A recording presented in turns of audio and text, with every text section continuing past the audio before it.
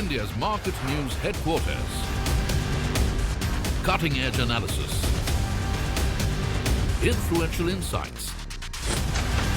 Market-moving intelligence. Broadcasting live from the CNBC TV18 Motilal Oswal studios in Mumbai.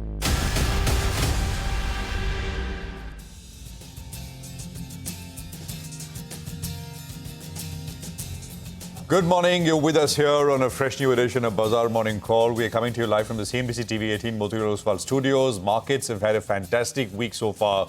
And I'm pinching myself saying that because, if you looked at the market on Tuesday, it was looking like one of the worst days we've had in a long, long time. But we are up for the week and we are into this Friday, which is also important because we've got the RBI policy. I'm Prashant. With me, my colleagues, Surabhi and Nigel. Guys, good morning. Hi, good morning. And the smiles are wide because we've made it through the week. Just the Not RBI yet, policy. Surabhi. Sorry? Not yet. It's just I'm being optimistic at the start. It is a Friday, Prashant.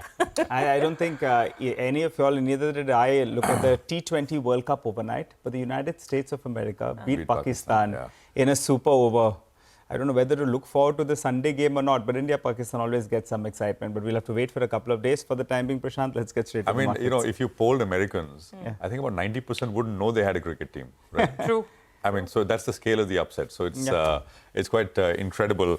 But Surabhi is here in office on Sunday because of the swearing in. So, that's true. And I'm looking forward to that. I think we'll discuss market impact on Monday, Prashant. We'll rework this after the show. All right. Well, lots to track. So let's get the ball rolling. We've got the market and we'll pick up from where we left off yesterday, right? What you need to know. So the Nifty continued its recovery and hit the 78.6% retracement of the election fall. It's very simple. From the 3rd of June high to the low that we saw on Tuesday, the retracement levels is what we're looking at. We were at about 66 yesterday. As of day before yesterday, as of yesterday, we are at about 78.6. So, you recovered pretty much everything that you lost on that day. Now, where is this buying coming from? Because if you look at this, FII sold another 6,800 crores, almost 6,900 crores, beg your pardon, in the cash market. This week so far, they've been sellers to the tune of 18,000 crores, a little over 18,000 crores actually. So they're out. They're not selling. They came in for that one day on Monday on the back of the election results, but they've not been in the market. DIIs have been buying and, they've bought this week. Total, they bought about 6,900 crores, but the numbers still don't add up because the selling number, just the intensity of the selling from the FIs have been very, very large. What about short covering? There is some of it at the margin. And I think, so we've been at about 3.55 lakh contracts net short. That went up to about 3.3. We're at about 2.87 now. As of yesterday's close, this is index futures, but this is still very large. Although there is a little bit of covering which is taking place. So, you basically got to, you get a sense that this is, a lot of what has happened is, of course, covering, local covering as well. DIIs, which is, HNIs, etc., large family offices, clients, the cohort which is described as clients, a lot of it is coming in from there. And while local institutions are pulling their weight, it's not enough. And I think, some of these other players are in the market as well. So, will we see FIs turn anytime soon? Looking at this week, it's at some point they will have to come. It's but natural, but it's not happened so far. Overnight, just a few points. Absolutely idling kind of price action. Nothing. The Nasdaq was flat. The big number is the jobs data, which we will get post around the market opening time in the US. That's a monthly number. Consensus is expecting 190,000 increase in payrolls. So we'll see if that number comes through. The important thing to note here is, I saw one forecast at 150,000, so much below consensus. And this is in line with some of the recent labor market data, which has come in weak. But remember, the US benchmark 10-year has fallen 25 basis points in the last 4 days now, because yesterday was flat. You need a substantial weakness. Something like 100,000 number for the 10-year to fall even more. So the bar for yields to cool off even more based on this data actually is very high. Oil prices, I think that's the only notable mover last night. So oil prices were up about 2%. We felt about 77. We are back close to about $80 a barrel. We will hear from the RBI. No change expected in policy rates, but is of course always important because there is other things, and we'll get to that in a bit as well.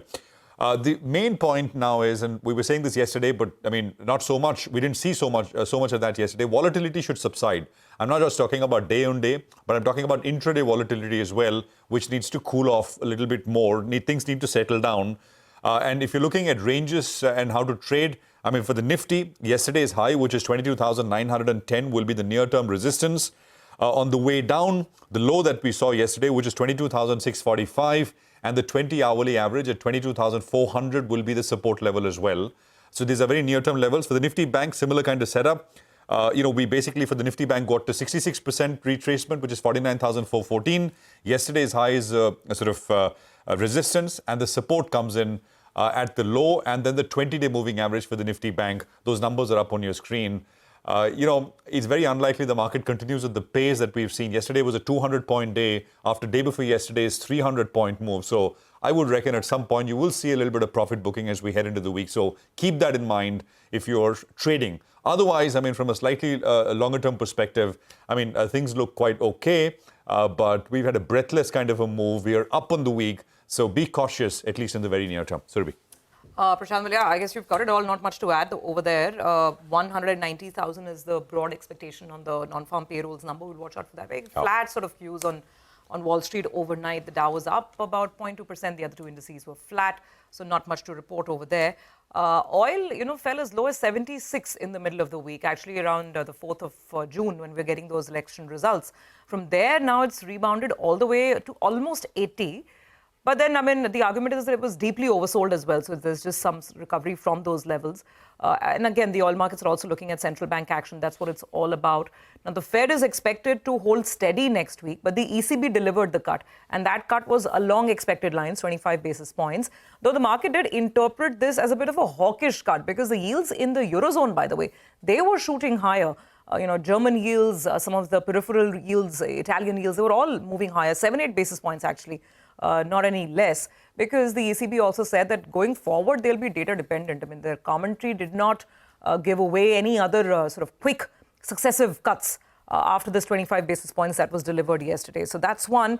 On the FII bit, completely agree with Prashant, because when you see that number, even when I saw that big number, the sell number yesterday, third day in a row, you're getting a gigantic sell number. So there's a wall of FPI selling.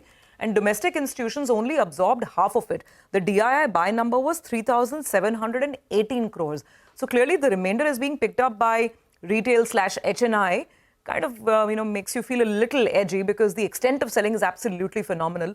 Last 3 trading sessions, that's June 4, June 5, June 6, the aggregate selling is now totaling almost 25,000 crore rupees. That's nearly $3 billion of selling. A lot to absorb, and the market has absorbed it because the market moved higher despite this sort of selling that came in. But I guess this domestic liquidity's faith is really going to be tested if these sell numbers keep coming in from the FPI. So that's definitely a point of worry. I'll just leave you with a stock on my radar, ICICI Bank. Not that it affects the bank's operations in any way. But yesterday, SEBI came out with a warning.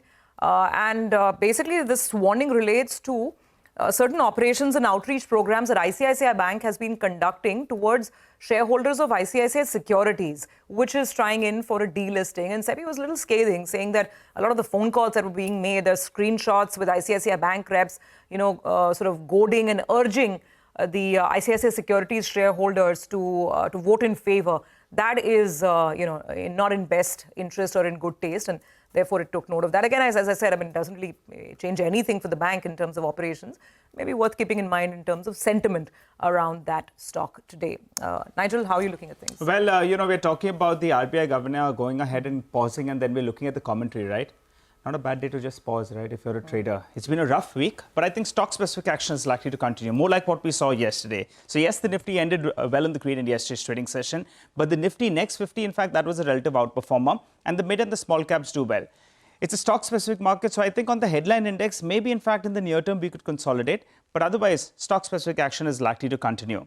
What about the institutional flows? Well, as Surabhi mentioned, the net institutional outflows close around 3,000 crores. You can't get more of the same and expect us to move higher because the selling at around 1,000 crores odd we have seen in the past that you can absorb it. But once it gets to the 2,000, 2,500 crores odd, it's very difficult for the Nifty to move up from there on. So the net institutional number is something that you should keep an eye on because the FIs are selling, the DIs, they're deploying the money. in the near term, I think maybe in fact we consolidate because of this FI selling unless that turns around. What about the FIs? What did they do in index futures? Well, they unwound some longs and they covered some shorts as well. So that net swing factor is around 24,000 contracts. And that's why the net short positions were around 3.55 lakh contracts. That steadily come down to around 2.87 lakh contracts. And that chart comes up for you on the screen, which tells you that some part of that short covering has taken place, 3.55 to around 2.87 lakh contracts. So yes, there has been some short covering. But the clients, they have been getting this right? On that day when we had that exit poll, they went ahead and they added quite a few long positions out there. And then, in fact, post that, you've seen that post that day, in fact, you have seen the long positioning that's come down. It's come down by close to around 1 lakh contracts odd. So they have been taking some money off the table on their long positions on index futures. We've been making this point on stock futures, both the FIs as well as clients, which are large HNIs as well as retail. They have been net long on stock futures. But on index futures, these clients have taken some money off the table, as it's evident for you on the screen. What are the levels I'm looking at just in the near term? Yesterday's high becomes important, 22,910. I think that's the near-term resistance level. But you'll be fine if you're carrying your long positions till the 20 and the 50-day may hold out. So I think the 22,400 to 22,500 mark becomes very, very important. So in the near term, I'm expecting the headline index to see some kind of consolidation. Not a bad day to just take some money off the table and get into the weekend and take a fresh call on the markets next week itself. I guess, yeah, market participants have had a lot to deal with, though that index isn't telling you everything, but we know what a roller coaster it's been, right? Let's start off then with the equity call this morning. Christopher Wood of Jefferies says greed and fear will shave the weighting in public sector companies in the long-only India portfolio. He says the weighting in ICICI Bank, State Bank of India, REC and Coal India will be reduced by 1 percentage point each, while an investment in Policy Bazaar will be introduced with a 4% weighted. He says as for the Asia ex-Japan long-only portfolio, the investment in JSW Energy will be increased by 1 percentage point by shaving the investment in State Bank of India. So getting a little cautious on those PSU stocks. That's greed and fear. Okay, we have Rupal Agarwal of Bernstein also started commenting, saying that earnings upgrades have been key support for certain sectors in India, making stretched valuations less concerning. However, she adds, they now see clear inflection in earnings support for healthcare and energy spaces. Rupal says healthcare is showing peak in upgrades while energy has moved into downgrades. Interestingly, she says in earnings downgrades for some laggard sectors like material staples, financials have bottomed out and tech has moved near record bearishness levels. At the same time, some momentum sectors such as industrials, discretionary utilities are again seeing upward revisions. This keeps the momentum trade still alive. Okay, let's get you some money market views as well. Lakshmanan V of Federal Bank says the dollar-rupee exchange rate experienced volatility due to election results, losing nearly 70 paise with the announcement of those results. He says the dollar index and the US yields declined in response to weaker economic data and rate cuts by Bank of Canada and the European Central Bank. Incrementally, he adds, crude oil prices fell amidst concerns about rising supply and signals from OPEC Plus indicating willingness among member countries to increase crude exports. In the upcoming sessions, he's expecting the USD-INR pair to trade in a range of 83.20 to 83.70.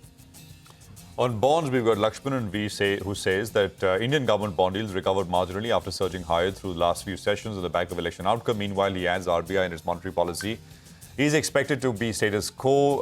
And of course, on rates and stance, he says coming sessions could see the 10-year benchmark bond yield between 6.95 to 7.05%.